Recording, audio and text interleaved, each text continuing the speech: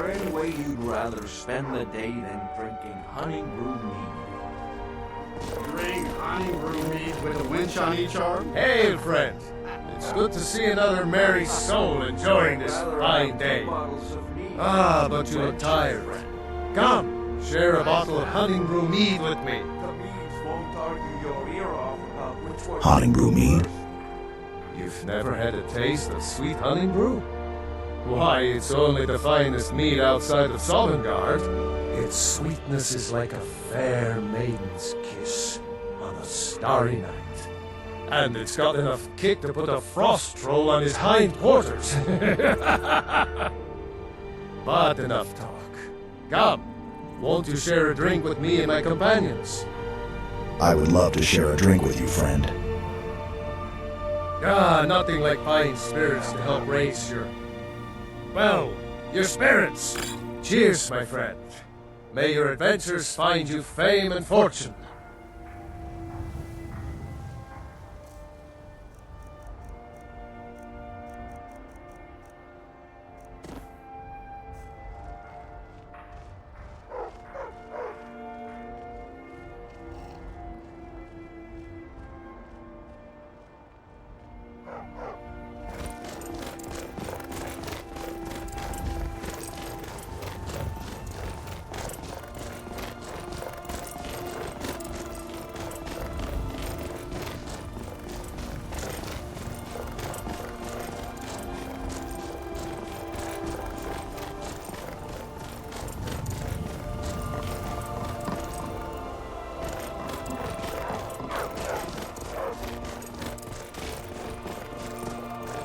I'm hoping to run my own inn someday.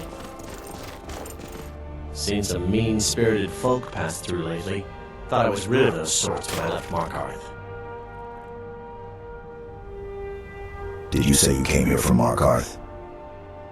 I grew up an orphan on the streets of Markarth. I'd have died there too, but for the kindness of an old warrior named Logrove the Bent. Logrove rescued me and gave me enough money to get out of the city. I followed the Karth River north and came here. When I met Michelle, I knew this is where I belonged. I suppose that's it, really. You mentioned mean folk passing through town? Both the Imperials and Stormcloaks have sent riders this way, scouting the bridge and the lands nearby. They stayed at the inn but didn't pay. They said soldiers don't need to pay because they're risking their lives to protect us. And that's not all. They took a heap of our lumber, and one tried to have his way with my daughter. They think they can do whatever they want. Good day.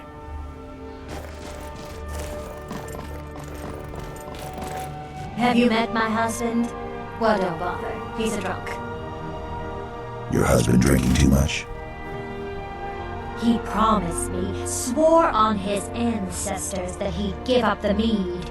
And what do I find out? He's been stashing drink in a cave nearby. He even has some wolves guarding it. And I swear, I should just cut out his tongue. That would be the end of it. I could get your husband's stash for you. If you want to try, but I'll keep my dagger sharpened just in case. You can help yourself to any drink you find, but bring me the bottle of Dragon's Breath mead. It's his favorite, so I know he has one there. Does the presence of the guards here bother you? No! I openly welcome the presence of armed strangers who have no reason to care about any of us. Of course it bothers me. I'm sure it's only a matter of time until they seize our mill in the name of their war effort. Next thing you know, there'll be more guards, and then we'll lose our homes as well. This is just the start of it. Mark my words.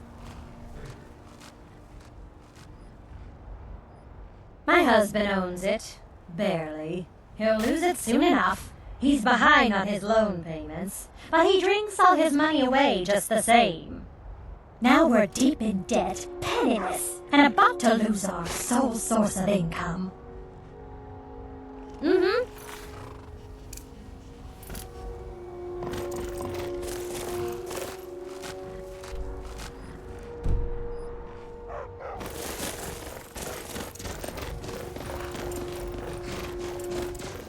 Are you a soldier?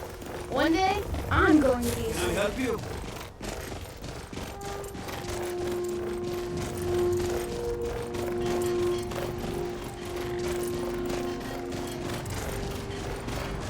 You lost? Good to see you. Until next time.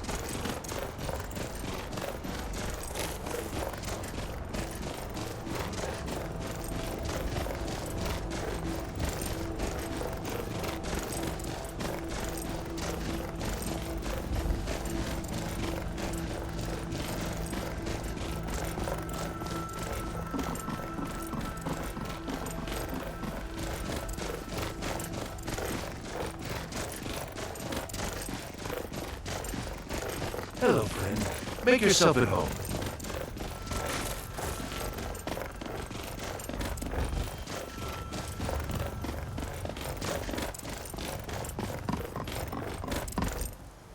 Where is that lazy man?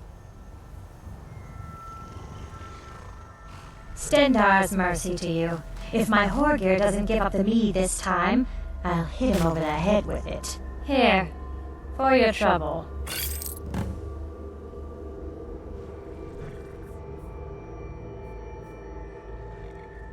Thank you. Here, this is for you.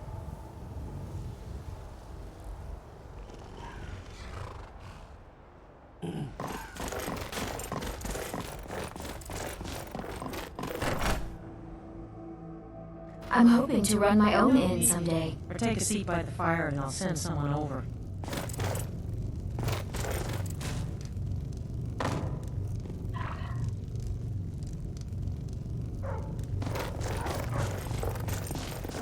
Fate is the name. I keep the inn. What do you do when a customer can't afford to pay for a meal or drink? Of course.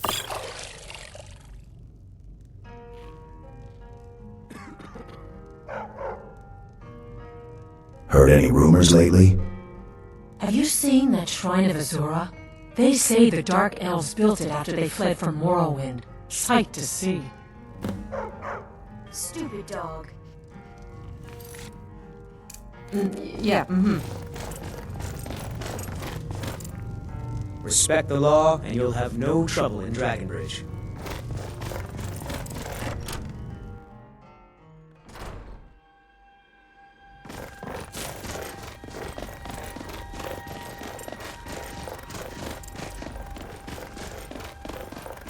I trust you're not planning any trouble.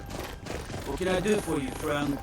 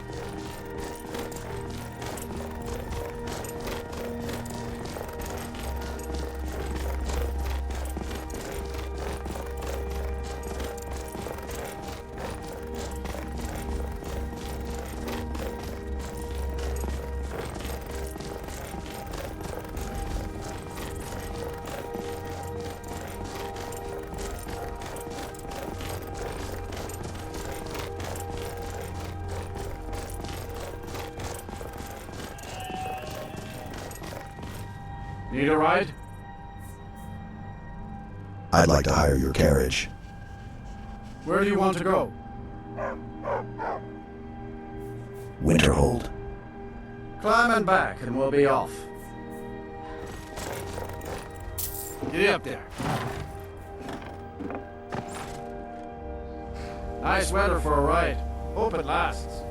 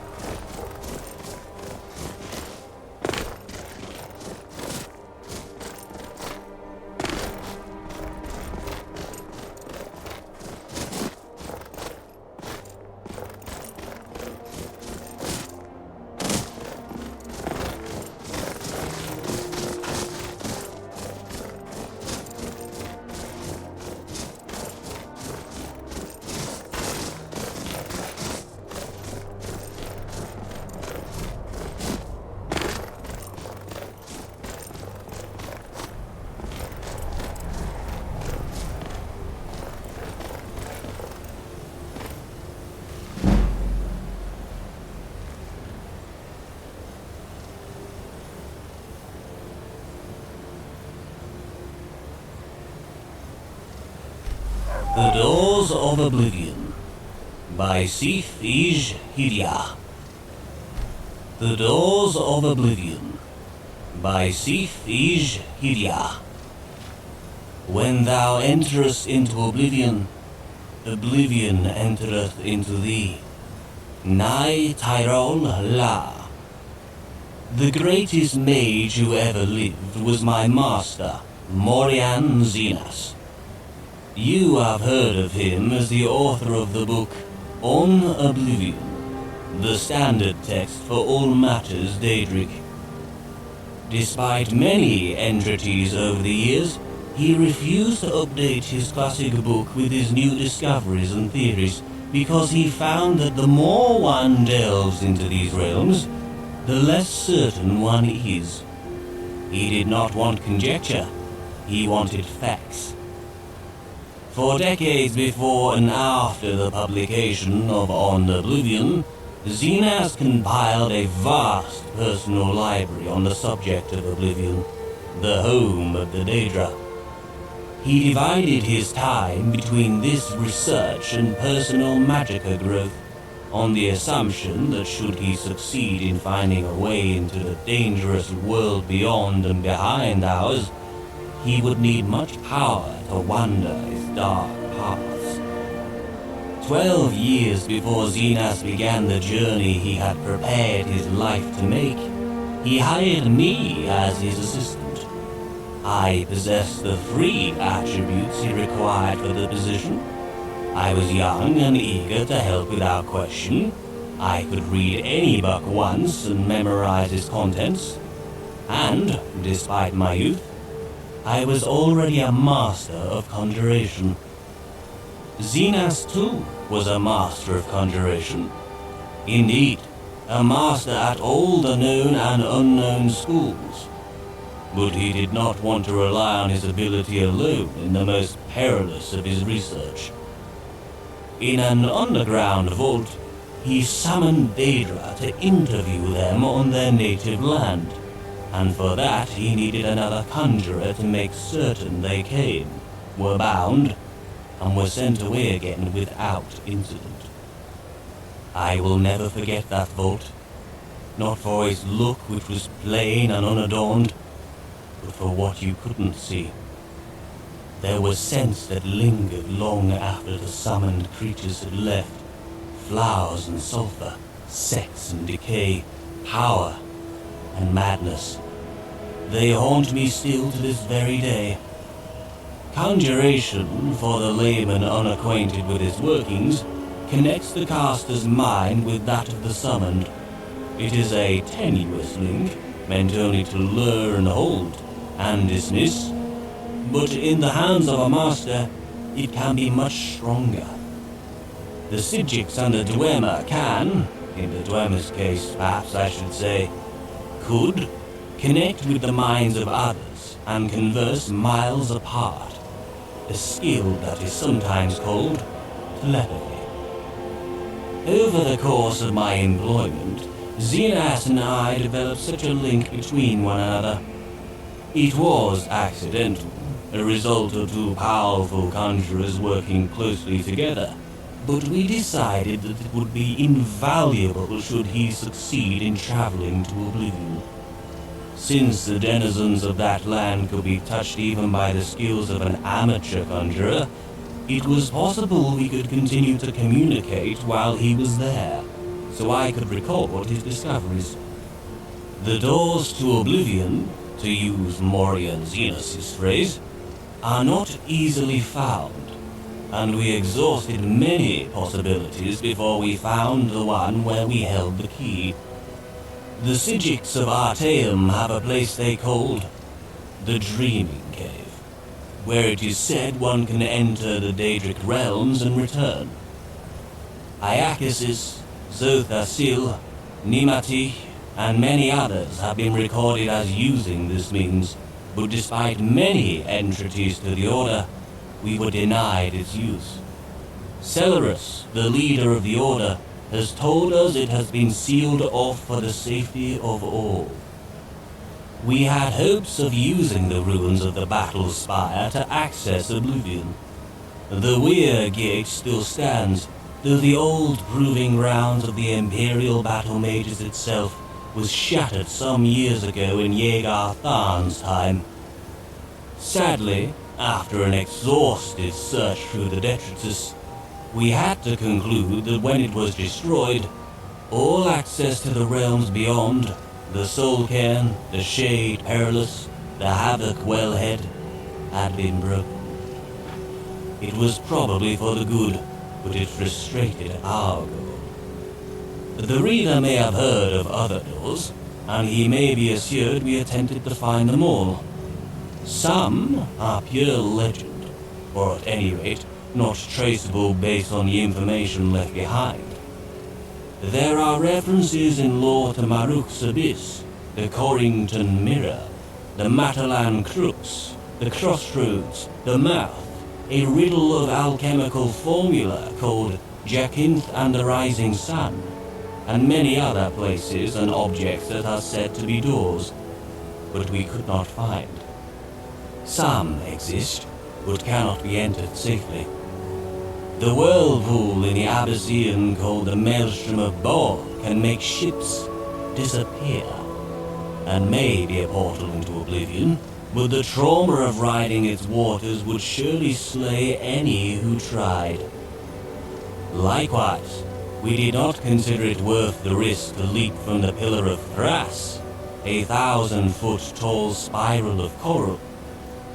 Though we witnessed the sacrifices of sloths made there, some victims were killed by the fall, but some, indeed, seemed to vanish before being dashed on the rocks. Since the slough did not seem certain why some were taken and some died, we did not favor the odds of the plunge. The simplest and most maddeningly complex way to go to oblivion was simply to cease to be here and begin to be there. Throughout history, there are examples of mages who seem to travel to the realms beyond ours, seemingly at will. Many of these voyagers are long dead, if they ever existed, but we were able to find one still living. In a tower off Zephyr Bell Bay on the island of Vardenfell in the province of Morrowind, there exists a very old, very reclusive wizard named Devaith Fair. He was not easy to reach, and he was reluctant to share with Mori and Zenas the secret door to oblivion. Fortunately, my master's knowledge of lore impressed Fear, and he taught him the way. I would be breaking my promise to Zenas and Fear to explain the procedure here, and I would not divulge it even if I could. If there is dangerous knowledge to be had, that is it. But I do not reveal too much to say that Fear's scheme relied on exploiting a series of portals to various realms created by a Telvanni wizard, long missing and presumed dead. Against the disadvantage of this limited number of access points, we weighed the relative reliability and security of the passage, and considered ourselves fortunate in our informant. Morian Zenas then left this world to begin his exploration. I stayed at the library to transcribe his information and help him with any research he needed. Dust, he whispered to me on the first day of his voyage. Despite the inherent dreariness of the word, I could hear his excitement in his voice echoing in my mind. I can see from one end of the world to the other in a million shades of grey. There is no sky or ground or air, only particles, floating, falling, whirling about me. I must levitate and breathe by magical means. Zenas explored the nebulous land for some time, encountering vaporous creatures and palaces of smoke. Though he never met the prince, we concluded that he was in Ashpit, said to be the home of Markarth, where anguish, betrayal, and broken promises like ash filled the bitter air. The sky is on fire, I heard him say as he moved on to the next realm. The ground is sludge, but traversable. I see blackened ruins all around me, like a war was fought here in the distant past. The air is freezing. I cast blooms of warmth all around me, but it still feels like daggers of ice stabbing me in all directions. This was Cold Harbor, where Molag Bal was prince. It appeared to Zenas as if it was a future Nirn under the king of Rake, desolate and barren, filled with suffering. I could hear Morian Zenas weep at the images he saw, and shiver at the sight of the imperial palace, spattered with blood and excrement. Too much beauty, Zenas gasped as he went into the next realm. I am half blind. I see flowers and waterfalls, majestic trees, the city of silver, but it is all a blur. The colors run like water. It's raining now, and the wind smells like perfume. This surely is Moonshadow, where Ashura dwells. Zenas was right, and astonishingly, he even had an audience with the Queen of Dusk and Dawn in her Rose Palace. She listened to his tale with a smile, and told him of the coming of the Nerevarine. My master found Moonshadow so lovely, he wished to stay there, half-blind, forever. But he knew he must move on and complete his journey of discovery. I am in a storm, he told me as he entered the next realm. He described a landscape of dark, twisted trees, howling spirits, and billowing mist, and I thought he might have entered the deadlands of Mehrunes Dagon. But then he said quickly, "No, I am no longer in a forest. There was a flash of lightning, and now I am on a ship. The mast is tattered, the crew is slaughtered, something is coming through the waves. Oh gods, wait now. I am in a dank dungeon, in a cell." He was not in the Deadlands, but Quagmire, the nightmare realm of Vermina. Every few minutes there was a flash of lightning and reality shifted, always to something more horrible and horrifying. A dark castle one moment, a den of ravening beasts the next, a moonlit swamp, a coffin where he was buried alive. Fear got the better of my master, and he quickly passed into the next realm. I heard him laugh. I feel like I'm home now. Morian Zenas described to me an endless library, shelves stretching on in every direction, stacks on top of stacks. Pages floated on a mystical wind that he could not feel. Every book had a black cover with no title. He could see no one, but felt the presence of ghosts moving through the stacks, rifling through books, ever searching. It was Apocrypha, the home of Hermaeus Mora, where all forbidden knowledge can be found.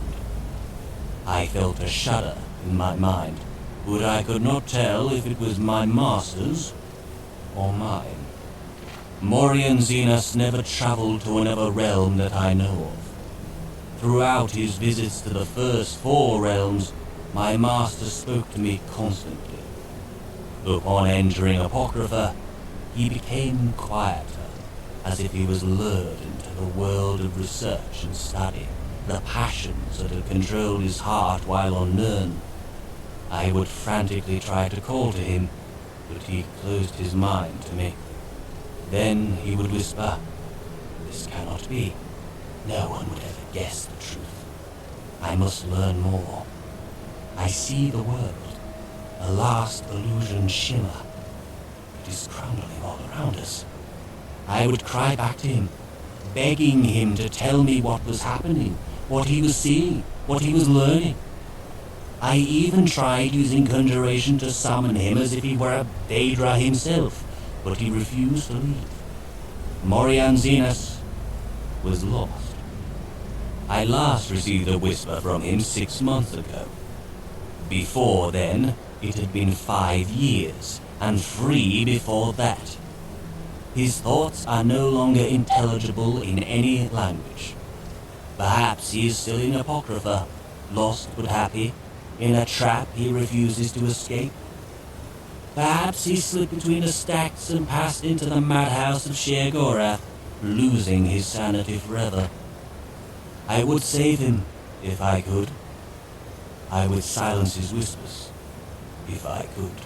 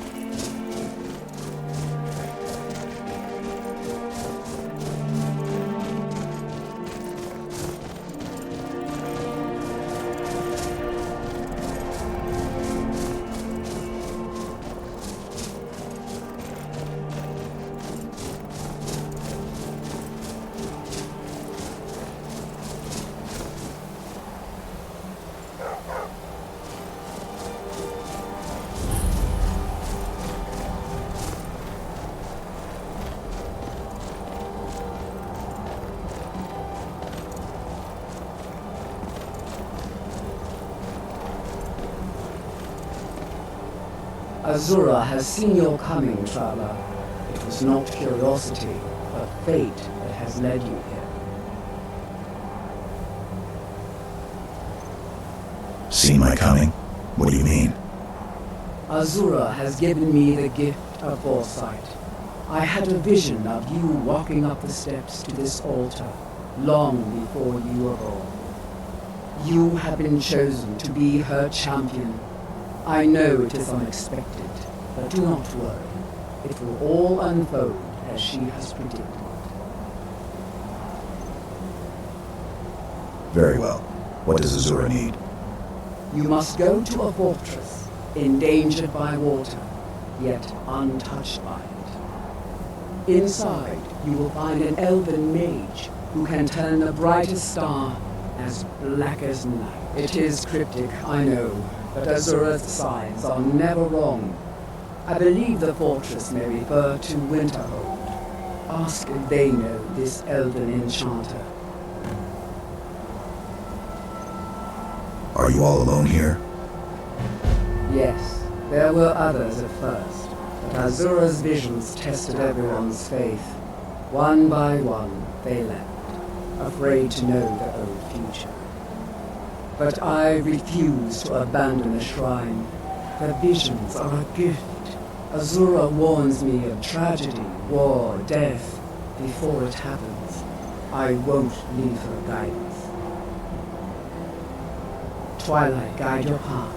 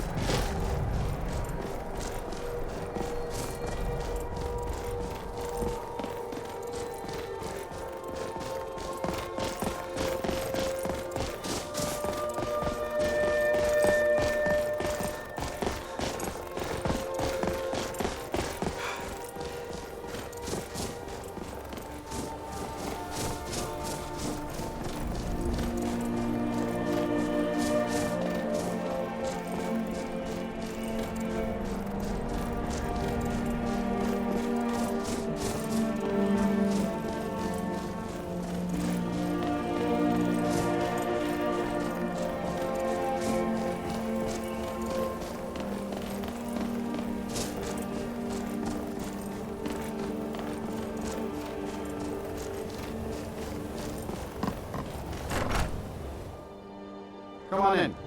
Just stoke the fire. Take a seat and get the cold out. I'm sorry, could you describe the smell? Like some horrible monster was turned inside out and then exploded. What did you do? It was a minor miscalculation. I've already corrected it for future experiments.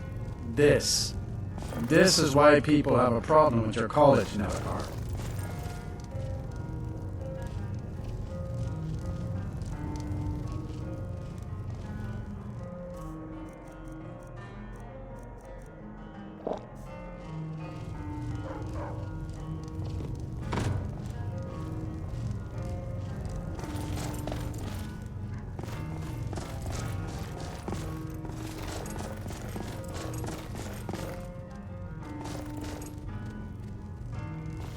I don't deal with any college applicants these days, so don't bother asking. I'm looking for an elven mage who studies stars. Who sent you? Was it the college? The Jarl? We agreed there would be no more questions. A priestess of Azura sent me. You're working with the Daedra? Right. Now tell me the one about the Argonian maid and the lusty baron.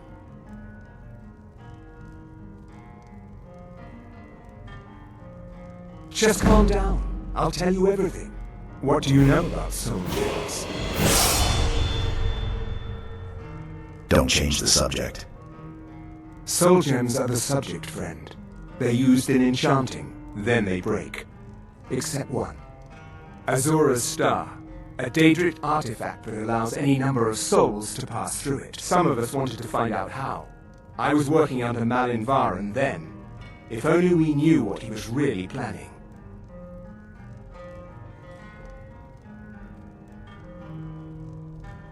What did Malin do? Malin wanted to alter the star.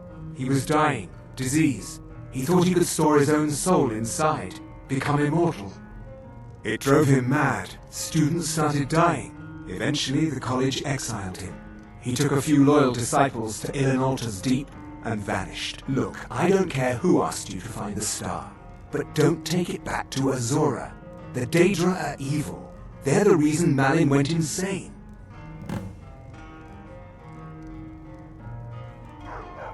Mm-hmm.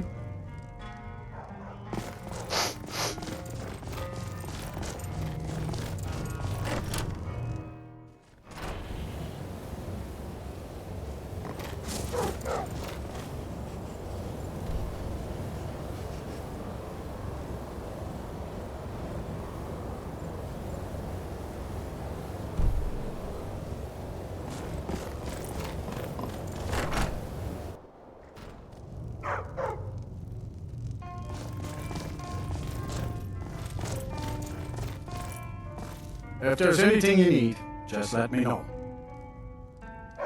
I'd like to rent a room. Sure thing. It's yours for a day.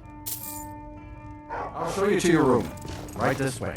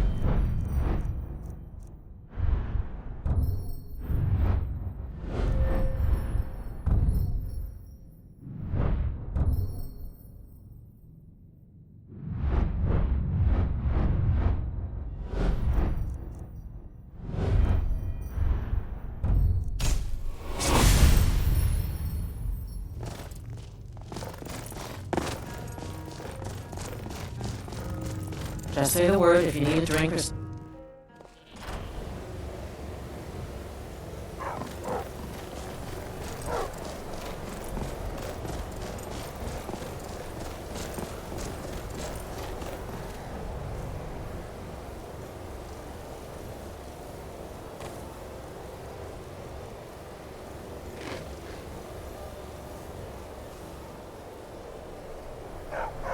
Stupid dog.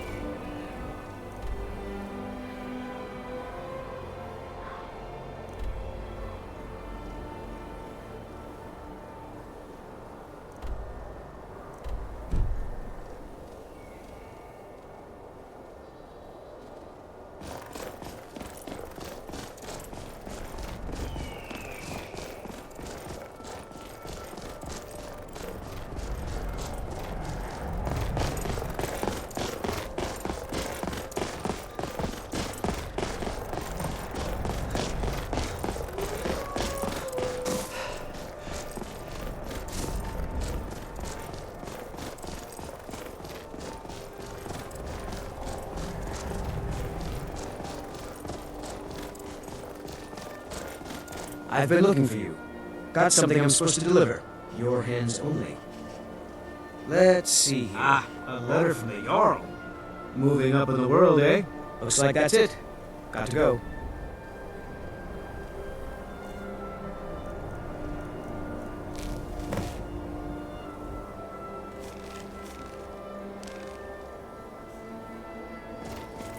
The Imperials think us all lawless beasts. I'm proof of their ignorance.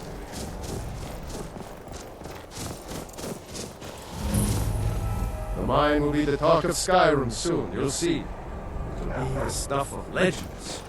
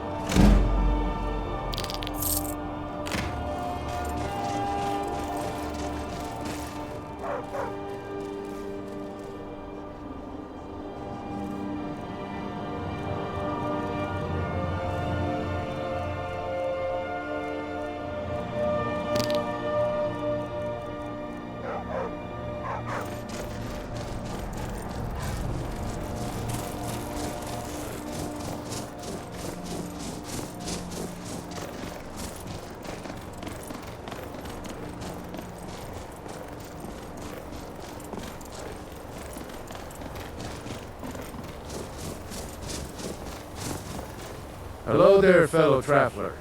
One itinerant minstrel and wandering wastrel at your service. What are you doing out here? Some may find their inspiration tucked away in tomes, or by carousing in the cities, but I find it here, in the vast expanses of Skyrim. Can you teach me about speechcraft? Ah, well, after a little incident with a roguish lad and the daughter of a prominent Thane, well, let's just say, guess not. Afraid not. But if you're serious about sharpening that tongue, you might try the Bard's College in Solitude. Aye.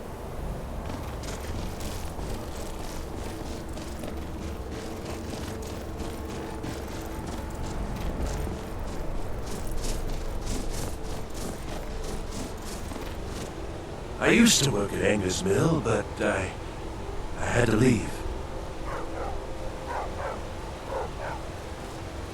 Someone's after me, I tell you. They're watching me. Somewhere. Don't talk to me. You could be one of them. Stupid dog.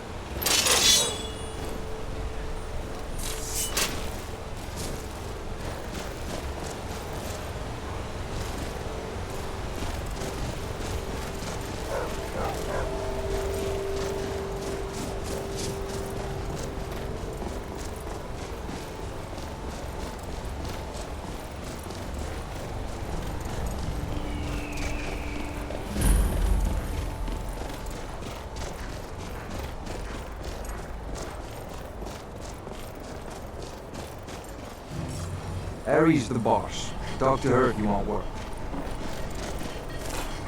Strangers are always trouble. What?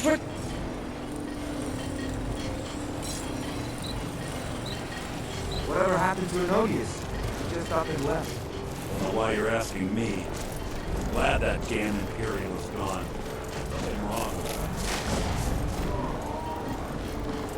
him. If you're one of the Jarl's men, you'll get your lumber.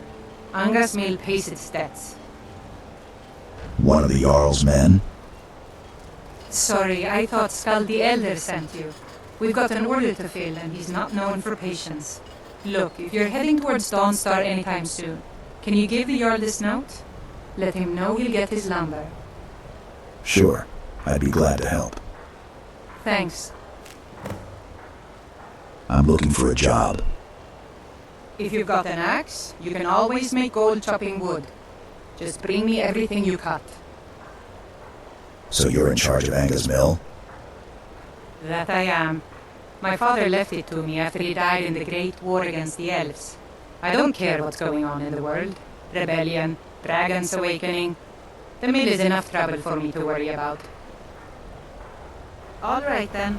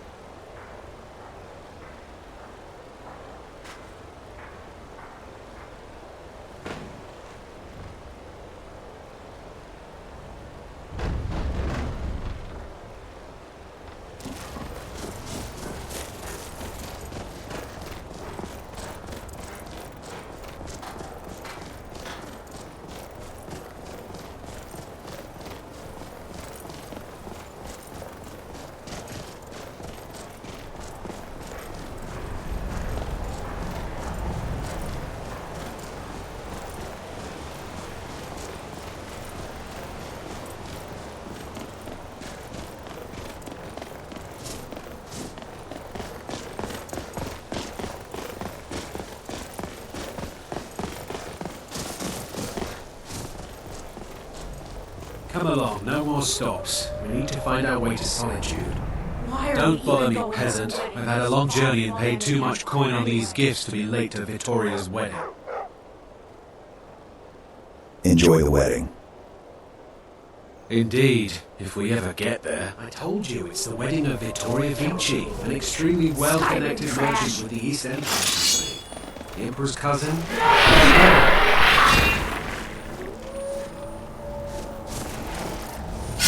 Never should have come. Oh!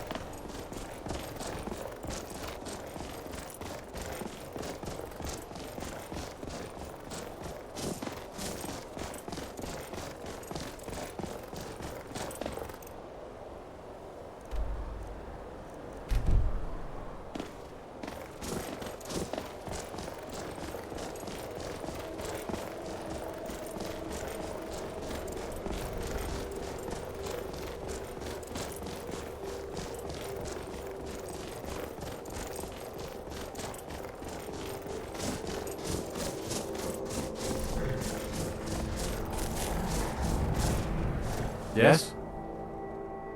I'd like to hire your carriage. Where do you want to go? Falkreath. Climb and back, and we'll be off.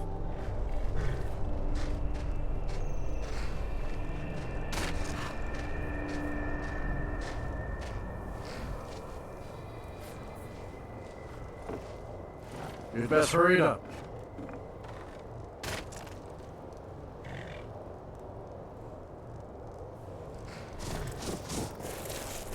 Oh, there once was a hero named Ragnar the Red who came riding to right from old Rorikstead.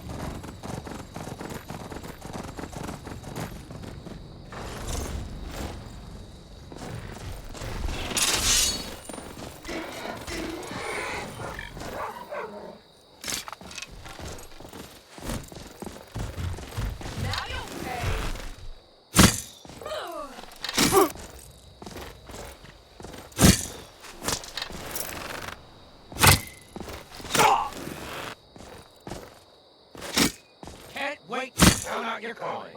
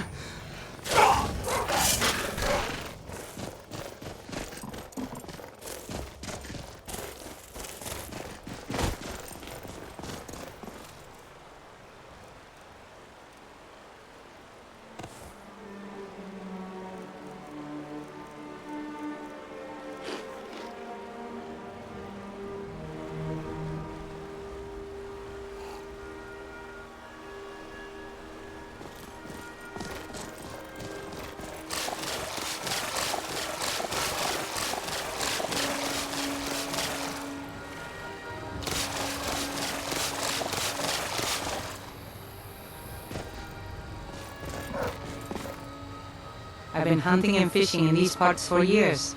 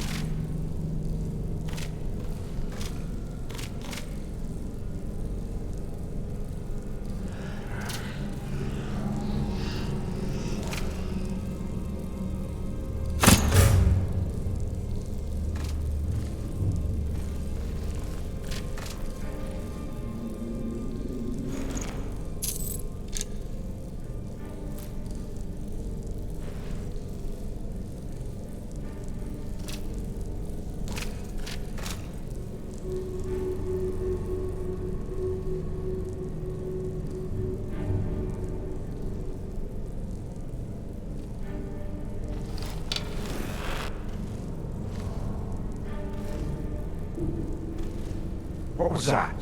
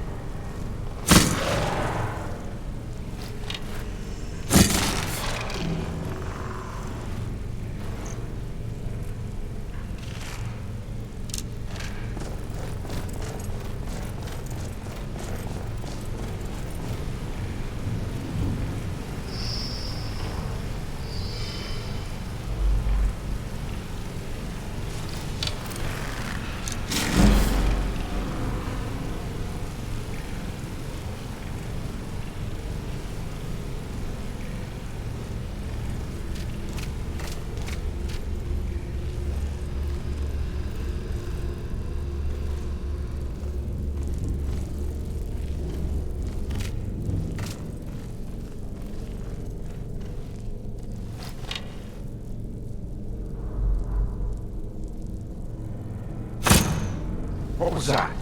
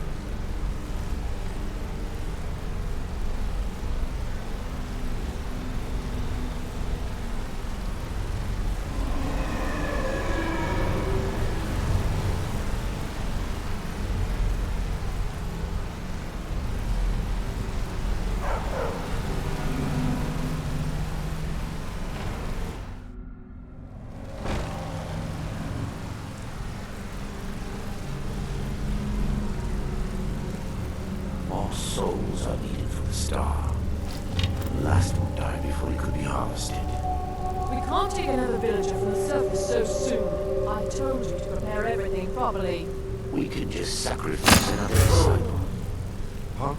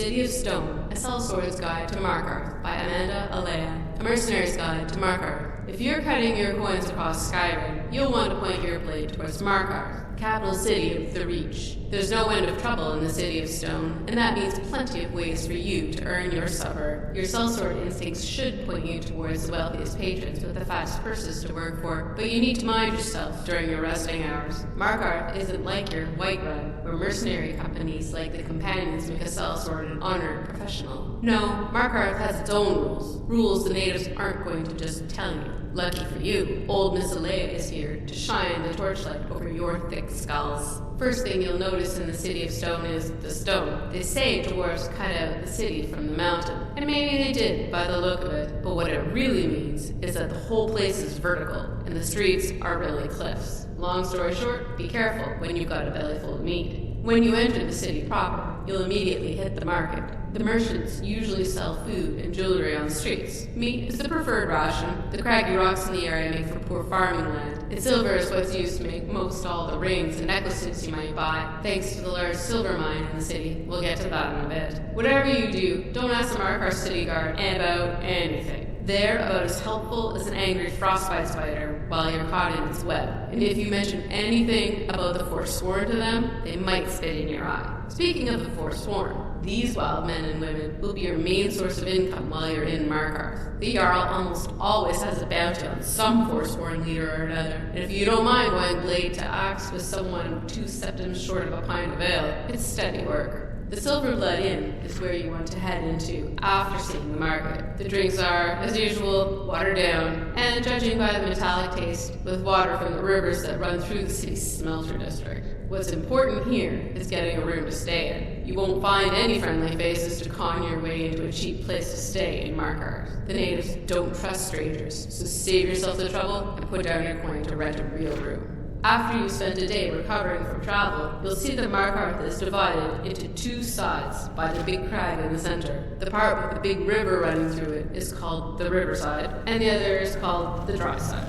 The riverside is where the smelter and native workers live, so don't bother worrying. Instead, head directly to dry side and talk to the local Nord nobles and see what problems you can start solving at the highest rate. 2 major places to see are the Temple of Dibella and Sindaman. The temple rests on top of the central crag. A good place to go if you're on terms with the divines, but be warned, the priestesses of Dibella don't allow men into their inner sanctums, so don't go.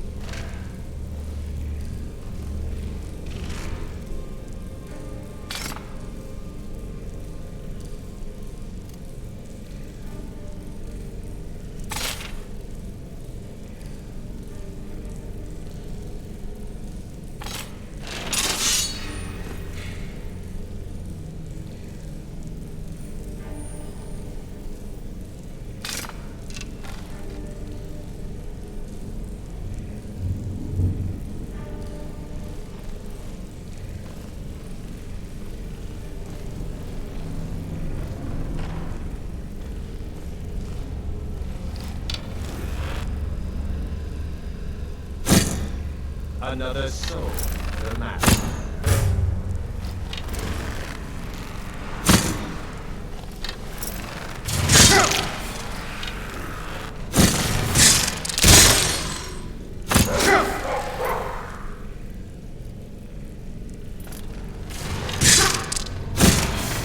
I am master of the arcade.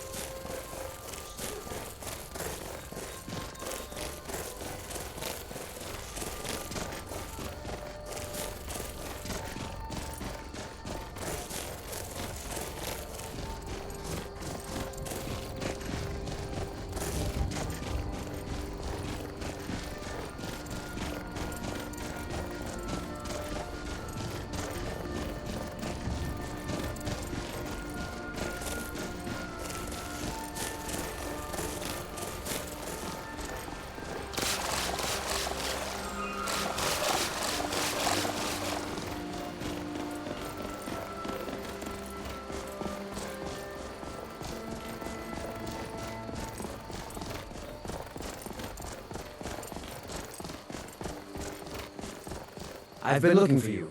Got something I'm supposed to deliver. Your hands only.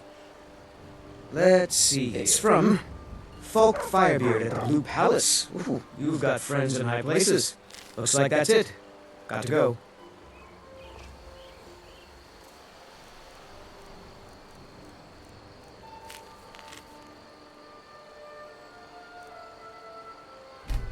Letter from Falk Firebeard by Falk Firebeard. A request for help stemming from the summoning of Potema. Over the last few days, we've had some disturbing information come to light regarding the events at Wolfskull Cave and the summoning and binding ritual you interrupted there. Given your involvement with that event, I'm asking you to return to Solitude to help us once more. I'm wary of putting all the details in print. Please come see me at the Blue Palace. Sincerely, Falk Firebeard.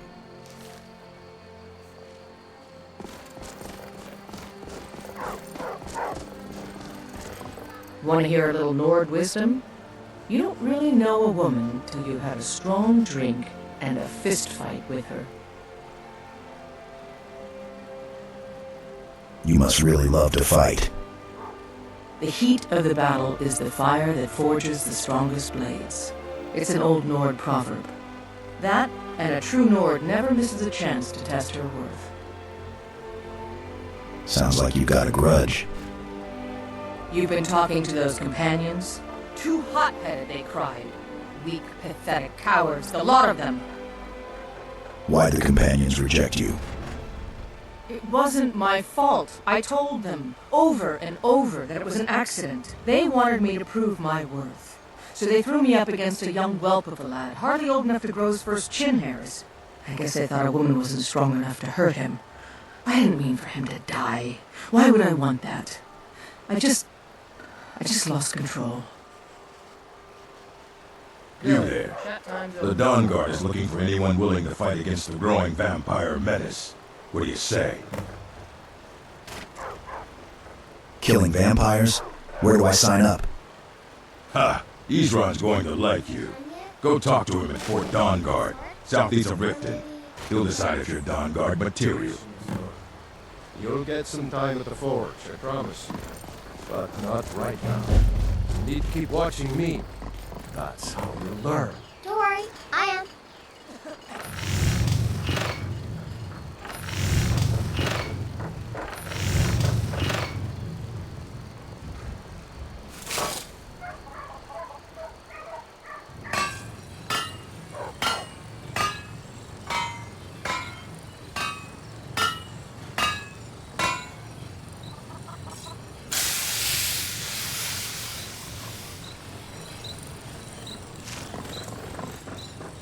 Huh?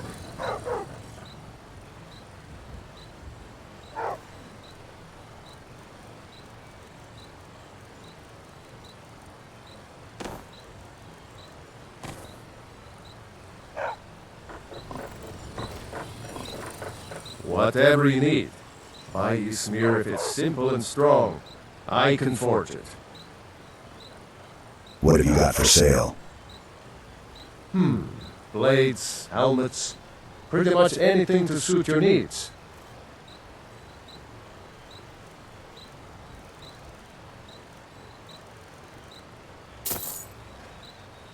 Good day.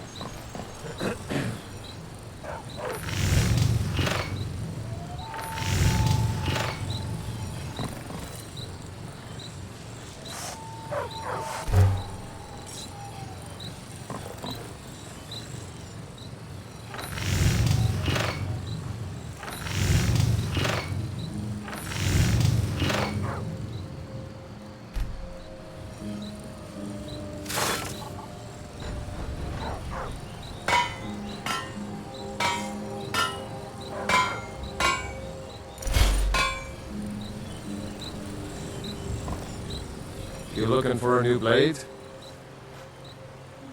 What have you got for sale? Blades, helmets, pretty much anything to suit your needs.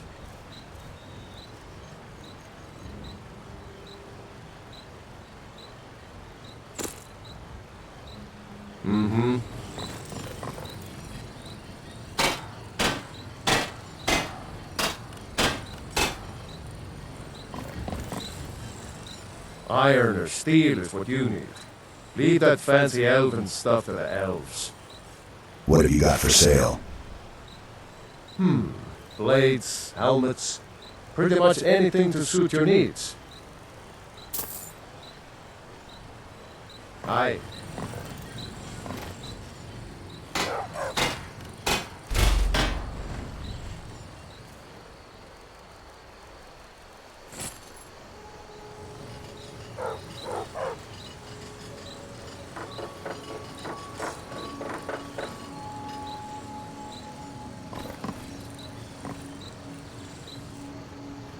Whatever you need.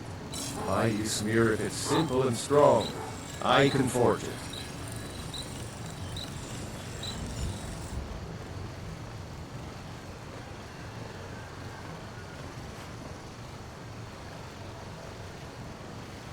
I could forge you a warhammer that would crush a giant's head like a walnut.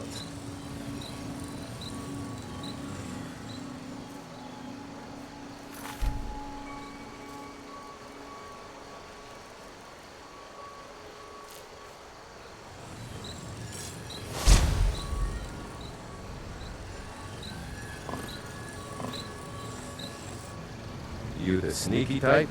Got some nice daggers around here somewhere.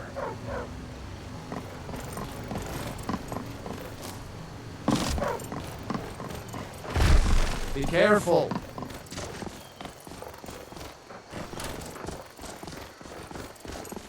By sure, what do you want? My friend, a toast to a beautiful friendship. Stupid dog. Thank you. I'll be sure to put it to good use.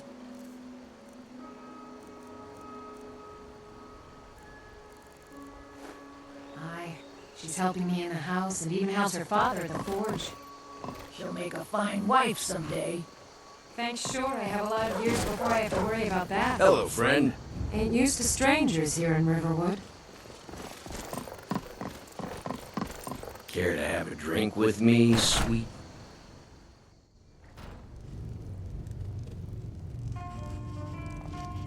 We got rooms and food. Drink, too. I cook. Ain't much else to tell. You're that visitor been poking around.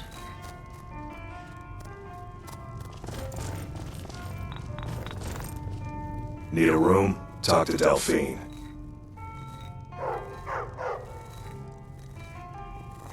Of course. Mm-hmm.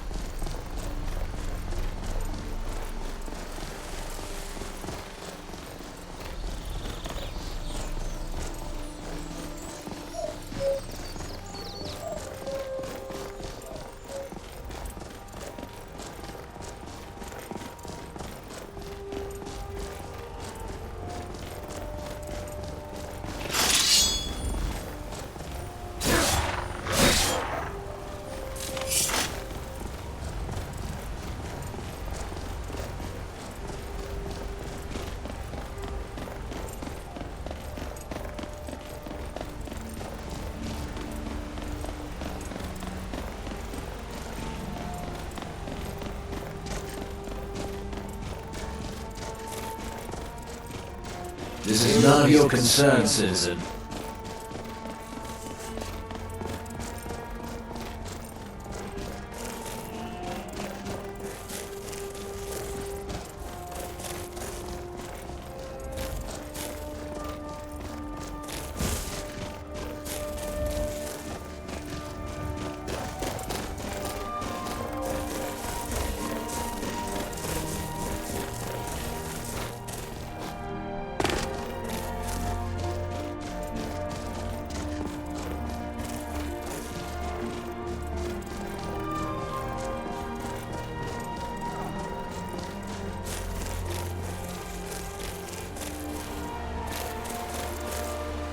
lot on the wind today.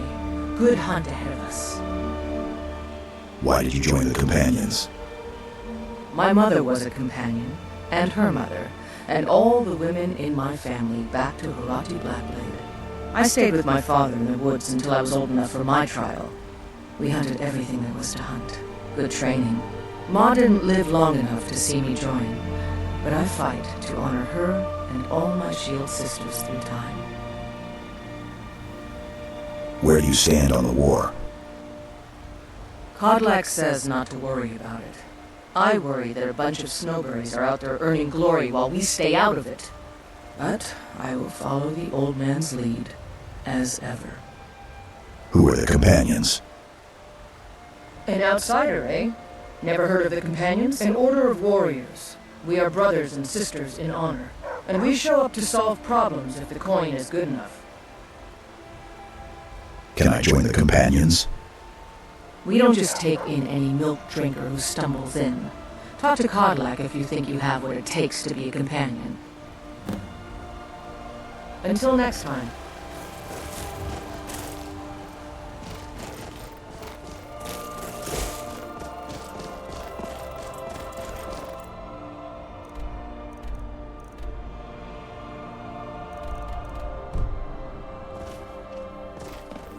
Need a ride? I'd like to hire your carriage. Where do you want to go? Winterhold. Climb and back, and we'll be off.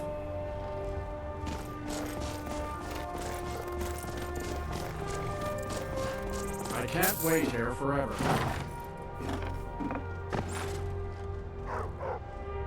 Everyone in this city is so on edge. I could use some good...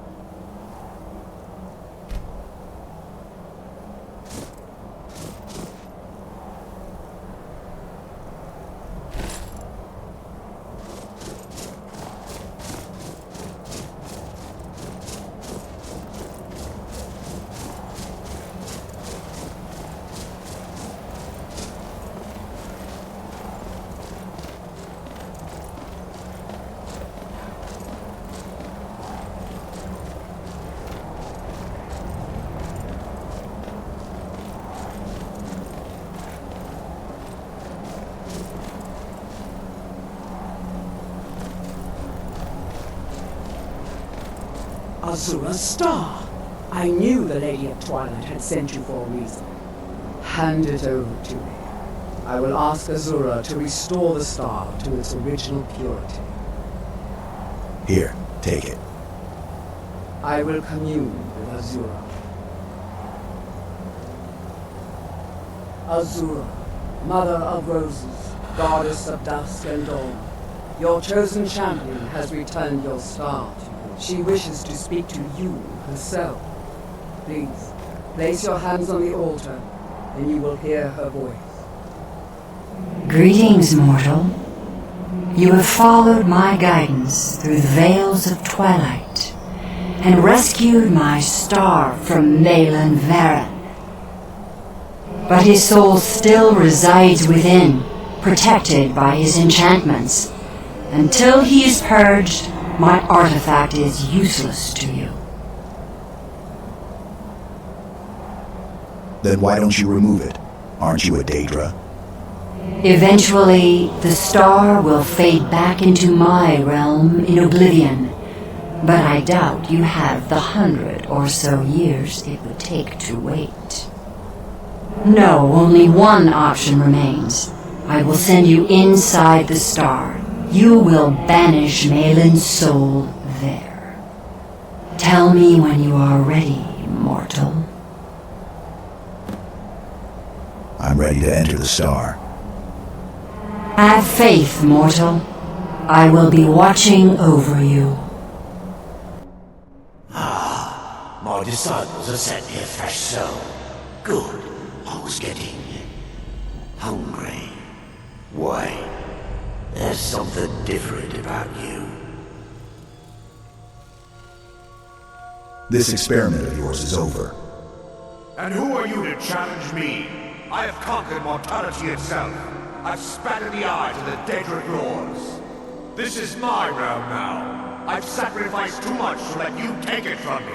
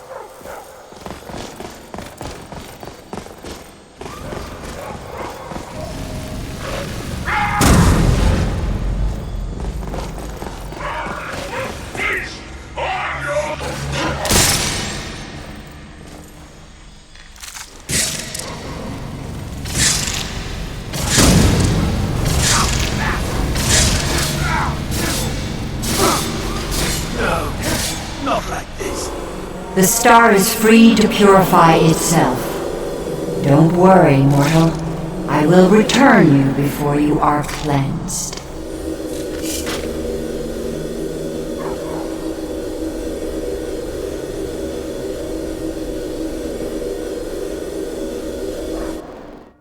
My star has been restored, and Malin's soul has been consigned to Oblivion.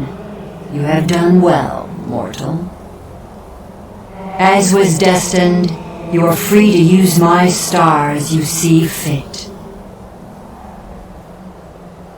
Thank you, Lady Azura. Farewell, mortal. Know that Azura will be guarding over the threads of your fate in the twilight.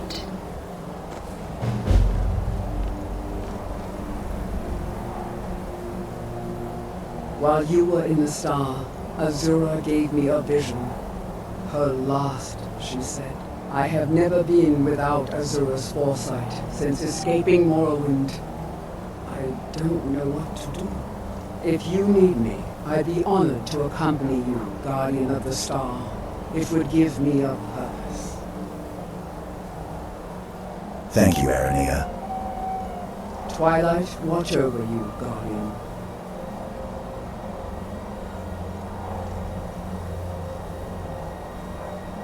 That's so sweet. Thank you. I'd love to. Yes, champion of Azura.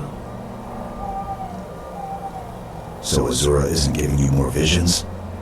No. She said my part was over. That my fate had moved beyond the twilight, and I was on my own. I will tend Azura's shrine when you do not need me. I still have my duties, but for the first time I feel alone. Follow me, I need your help. Let's not waste any time.